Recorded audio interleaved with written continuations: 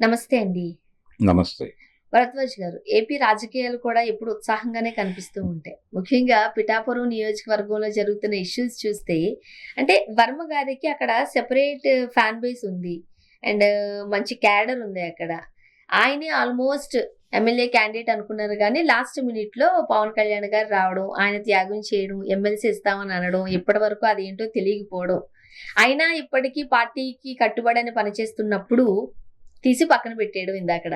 అంటే ఇన్‌చార్జిషిప్ నుంచి ఆయన తప్పిస్తున్నట్టుగా చెప్పేశారు.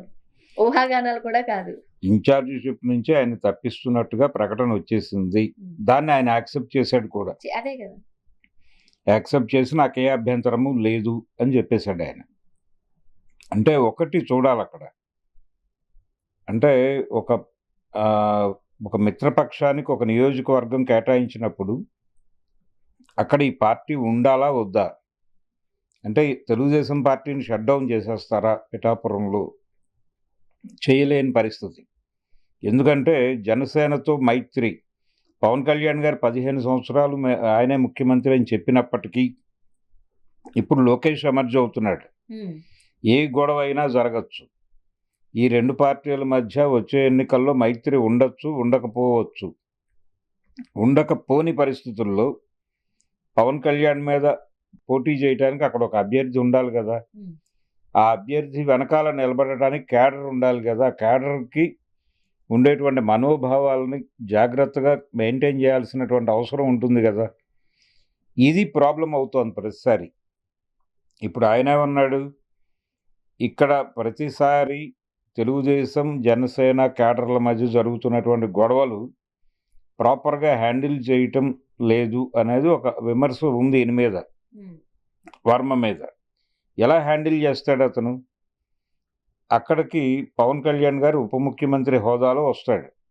వచ్చిన తర్వాత అక్కడేదో అభివృద్ధి కార్యక్రమాలు ఆయన చేస్తూ ఉండగా, వీళ్ళు కూడా క్లెయిమ్ చేసుకోవడానికి కొంత ఉత్సాహం చూపిస్తారు తెలుగుదేశం వాళ్ళు. తీరా అక్కడికి వెళ్ళిన తర్వాత వాళ్ళు మొదటి 3 రోజు వాళ్ళు ఆక్రమించుకుని ఉంటారు. జన సైనికులు. పవన్ కళ్యాణ్ దృష్టిలో పడాలి అనుకునేటువంటి ఉత్సాహంతో ఉన్న వాళ్ళందరూ అక్కడ కబ్జా చేసి ఉంటారు. హ్మ్. వీళ్ళు వాళ్ళతో మింగిలై ఆ ముందుకు వెళ్ళలేరు. వీళ్ళ అవసరం ఏంటి? జనంలో మేము కూడా ఉన్నాం దీనిలో. మా ముఖ్యమంత్రి గారి ఆశీర్వాదంతోనే ఈ కార్యక్రమం జరుగుతోంది. ఈయన ఉప ముఖ్యమంత్రి మాత్రమే హ్మ్. అని చెప్పాలని వీళ్ళు అనుకుంటారు.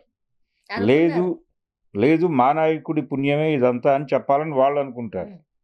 అనుకున్నప్పుడు బేసిక్‌గా చంద్రబాబు మీద గౌరవంతోనే వీళ్ళు ఉత్సాహపడతారు. వాళ్ళు పవన్ కళ్యాణ్ మీద గౌరవంతో ఉత్సాహపడతారు. మధ్యలో వర్మకేం సంబంధం? కానీ అక్కడ ఉండేది వర్మే. ఎందుకంటే వర్మ రూటెడ్‌గా ఉన్నాడక్కడ. 2014 ఎన్నికలలో ఆయనకి సీట్ ఇవ్వలేదు. ఆ తర్వాత 2019లో వైసీపీ నుంచి కంటెస్ట్ చేసిన వ్యక్తికి అప్పుడు తెలుగుదేశం టికెట్ ఇచ్చారు. ఆ ఇచ్చిన సందర్భంగా అతని మీద ఇతను స్వతంత్ర అభ్యర్థిగా పోటీ చేశాడు. ఇండిపెండెంట్‌గా పోటీ చేసి గెలిచాడు. హ్మ్. గెలిచి తెలుగుదేశం పార్టీలోకి మళ్ళీ పునఃప్రవేశించి తర్వాత ఎన్నికలకు వచ్చేసరికి ఆయన తెలుగుదేశం అభ్యర్థిగా నిలబడ్డాడు. అప్పుడు తెలుగుదేశం అభ్యర్థిగా నిలబడిన వ్యక్తి వైసీపీ నుంచి పోటీ చేసి ఆయన గెలిచాడు. ఈయన ఓడిపోయాడు. ఓడిపోయిన తర్వాత తిరిగి గెలవటం కోసం ఆ నియోజకవర్గంలో ఆయన మొత్తం ప్రిపేర్ చేసుకున్నాడు. ఆయన ప్రిపేర్ చేసుకున్న గ్రౌండు పవన్ కళ్యాణ్ గారు ఆడుకున్నాడు. ఈయనేమో గ్యాలరీలో కూర్చొని ఆట చూస్తూ ఉండిపోయాడు. హ్మ్. దాంతో ఈయన ఉండాలి, కాపలాగా ఉండాలి. ఎవరో ఒక కాపలాదారు ఉండాలి ఆ నియోజకవర్గానికి. పవన్ కళ్యాణ్‌కి ఇచ్చేసాం కాబట్టి అక్కడి నుంచి పార్టీని, క్యాడర్‌ని పంపించేయరు గదా! సో, అక్కడ ఒక కాపలాదారు ఉండాలి. వర్మ గారు ఉండాలి. కానీ వర్మ గారి మీద చర్య తీసుకుంటున్నట్టుగా కూడా కనిపించాలి. హ్మ్. పవన్ కళ్యాణ్ సంతృప్తి పడాలి. ఇప్పుడు గొడవ ఏంటంటే పవన్ కళ్యాణే కంప్లెయింట్ చేశాడు అని. ప్రతిసారి అక్కడ 2 పార్టీల క్యాడర్ మధ్య ఘర్షణలు జరుగుతున్నాయి. ఈ ఘర్షణల్ని ఆపటంలో మీ పార్టీ ఇన్ఛార్జ్ ప్రాపర్‌గా వ్యవహరించటం లేదు అని చెప్పాడీయన. అంటే వర్మ గారు పక్కకు పెట్టేసి పవన్ కళ్యాణ్ గారు అక్కడ నెగ్గిన తర్వాత నాగబాబు గారు చేసిన వ్యాఖ్యలు కూడా తీవ్ర దుమారాన్నే రేపాయి. అవును. నాగబాబు మాత్రమే కదంటే పవన్ కళ్యాణ్ కూడా మొదట వర్మే అంతా చేశాడు, నాదేమీ లేదు, అవును. నా గెలుపులో వర్మ గారి పాత్ర చాలా ఉంది సహకారం ఉంది. అని చెబుతూ ఈయనే చూసుకుంటాడు నా వ్యవహారాలు కూడా అని మాట్లాడాడు. అంటే అంటే పేరుకి ఆయన అక్కడ ఆ నియోజకవర్గానికి ఎమ్మెల్యేగా ఉన్నప్పటికీ 2 కూటమిలో భాగంగా ఉన్నాయి కాబట్టి ఈ అథారిటీ అంతా వర్మ గారి త్రూనే జరుగుతదేమో అని ఎక్స్‌పెక్ట్ చేశారు. ఆయన చెప్పాడు ఆ మాట. హ్మ్. ఎక్స్‌పెక్ట్ చేయటానికి రీజన్ పవన్ కళ్యాణ్ గారు ఆ మాట చెప్పాడు. ఆ మాట చెప్పి వర్మ గారే నడుపుతాడు వ్యవహారం అంతా అనే వారు మాట్లాడిన మాటలు ఉన్నాయి ఇంకా. తడి ఆరిపోలేదు. హ్మ్.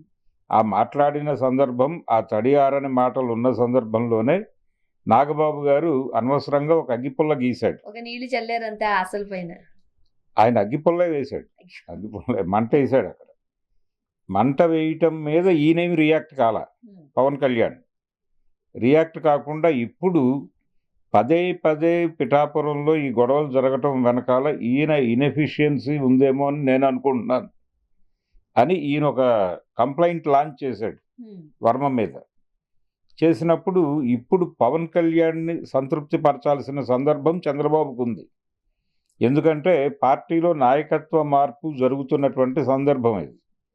ఏది లోకేష్ గారికి పగ్గాలు అప్పచెప్పారు, పార్టీ పగ్గాలు అప్పచెప్పారు. రేపో ఎల్లుండో ప్రభుత్వ పగ్గాలు అప్పచెప్పే దిశగా నడుస్తోంది కథ. ఈ టైంలో పవన్ కళ్యాణ్ని ఆయన కొంచెం ఎక్కువ పట్టించుకుంటాడు. ఆయన్ని కూల్గా ఉంచాలి. ఈ పరిణామాల్లో ఆయన ఎక్కడా కూడా ఇబ్బందికరంగా ప్రవర్తించకూడదు. హ్మ్. అందుకని ఆయన వర్మగారిని పిలిచి, నువ్వు ఇంకొకసారి త్యాగం చేయాలి, ప్రిపేర్డ్గా ఉండు అని చెప్పేశాడు. ఆల్రెడీ ఒకసారి త్యాగరాజు అయ్యాడు ఆయన, అవును. ఇప్పటికి కూడా దానికి పాపం ఆయన కట్టుబడే ఉన్నారు. కట్టుబడి ఉన్నాడు. ఇప్పుడు ఆయన చేసినటువంటి ఆరోపణ అంటే అక్కడ జరుగుతున్నటువంటి గొడవల్ని ఆపటంలో నువ్వు విఫలమయ్యావు అని ఆయన ఫీల్ అవుతున్నాడు. దాన్ని నువ్వు అడ్మిట్ చేయి, యాక్సెప్ట్ చేయి. నేను నిన్ను మందలించి తీసేస్తాను, నువ్వు భరించు. ఇంకొక కృష్ణుడిని పెడతాను. అంటే మనకు నాటకాల్లో 2వ కృష్ణుడు 3వ కృష్ణుడు వస్తారు. హ్మ్. అలాగా 2వ కృష్ణుడినే అక్కడ ఇన్ఛార్జిగా పెడతాను నేను. ఆ 2వ కృష్ణుడు బయట నటిస్తూ ఉంటాడు ఉత్సవ విగ్రహంలాగా. నువ్వు లోపలుండు, లోపలుండి నెమ్మదిగా పరిస్థితులు గమనిస్తూ ఉండు. నువ్వు కాపలాదారుడివే, హ్మ్. నిన్ను నేను ఇబ్బంది పెట్టను, కానీ పవన్ కళ్యాణ్ని మెయింటైన్ చేయాల్సిన సందర్భం ఉంది అని ఆయనకి కొంత నచ్చ చెప్పిన తర్వాతే ఈ ప్రకటన ఇచ్చినట్టుగా ఉంది సన్నివేశం. అందుకని ఆయన ఇమ్మీడియట్గా నేను యాక్సెప్ట్ చేస్తున్నాను అని మాట్లాడాడు హ్మ్. వర్మ. అంటే ఎక్కడో మ్యాచ్ ఫిక్సింగ్ జరిగింది. ఇది ప్రాపర్గా గనక అతని గొడవ ఏంటంటే తనకి ఎమ్మెల్సీ ఇవ్వలేదు, అలాగే ఇతర పనులు కూడా జరగటం లేదు, అతను అనుకున్నటువంటి పనులు కూడా జరగటం లేదు.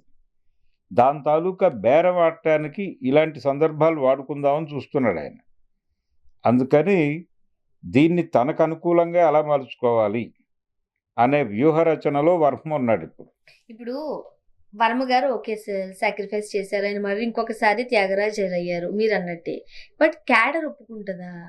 పదే పదే పదే ఇప్పుడు ఎమ్మెల్సీ అన్నారు పాపం, ఇంక దాని గురించి ఆలోచించాల్సిన అవసరం కూడా లేదు. ఇంకా పదే లేదు. పదే అవమానిస్తూ ఉన్నప్పుడు ఆయనకి అంత బలం ఉండి కూడా నిమ్మకుండిపోవాల్సినంత అవసరం ఏంటి అని ప్రశ్నిస్తే ఇప్పుడు ఏంటి? క్యాడర్కి ఆయన కూర్చోబెట్టి కన్విన్స్ చేయాలి. ఆ బాధ్యత కూడా ఆయనదే. కొత్త ఇన్ఛార్జ్ వస్తాడు, హ్మ్. కొత్త ఇన్ఛార్జ్ ఈయన కలిసి కూర్చోబెట్టి, ఇదిగో మనం ఫలానా ప్రయోజనం కోసం త్యాగం చేస్తున్నాం, ఇదిగో మన పార్టీలో జరుగుతున్నటువంటి మార్పులకు సంబంధించి ఆయన ఇబ్బంది పెట్టకుండా ఉండటం కోసం మనం త్యాగం చేయాల్సినటువంటి అవసరం ఉంది, కొంచెం తగ్గి ఉందాం అంటే మళ్ళీ పవన్ కళ్యాణ్ గారి డైలాగే అప్పు తెచ్చుకుని ఎక్కడ గెలవాలో కాదు ఎక్కడ తగ్గాలో తెలిసిన వాడే అని చెప్పి మాట్లాడుకోవాలి వీళ్ళిద్దరు. హ్మ్. జనంతో అది మాట్లాడాలి. అలాంటి ఒక విచిత్రమైన పరిస్థితిలోకి వర్మ గారు ఇరుక్కున్నాడు. ఇరుక్కుని నాకెందుకు వచ్చిన కర్మ, అసలు ఈ నియోజకవర్గం ఆయన ఎందుకు ఎంపిక చేసుకోవాలి, ఎందుకు నా జీవితం ఇలా అయిపోవాలి అనేటువంటి ఒక మనోవేదనలో ఉన్నాడు ఆయన. మనోవేదనలో ఉంటూ ఈ సెంటిమెంట్ అంటే నేను 2 సార్లు త్యాగరాజు అయ్యాను అనే ఈ పెయిన్ని ఎలా వినియోగించుకుని ఇతర వ్యాపారాలు ఎలా చేసుకోవాలి, పార్టీని నాయకత్వాన్ని వాడుకుని అనేటువంటి ఆలోచనలో బిజీ అయిపోయాడు ఆయన ఇప్పుడు. హ్మ్. అందుకని ఆయన ఆ ప్రకటన అంత ఈజీగా ఇవ్వడు. అయితే ఇంకొక స్పెక్యులేషన్ నడుస్తోంది. ఆయన అయిపోయింది క్లోజ్ చేసేసి ఆయన వైసీపీ తలుపు కొట్టే అవకాశాలున్నాయి. నేను అదే అడగబోతున్నాను. ఇప్పటి వరకు గమ్మునే ఉండుండొచ్చు కానీ సమయం సందర్భం వచ్చినప్పుడు ఖచ్చితంగా వర్మ గారు రివెంజ్ తీర్చుకునే అవకాశం ఉందా లేదా? ఆయన రివెంజ్ తీర్చుకునే అంటే ధోరణిలో లేడు.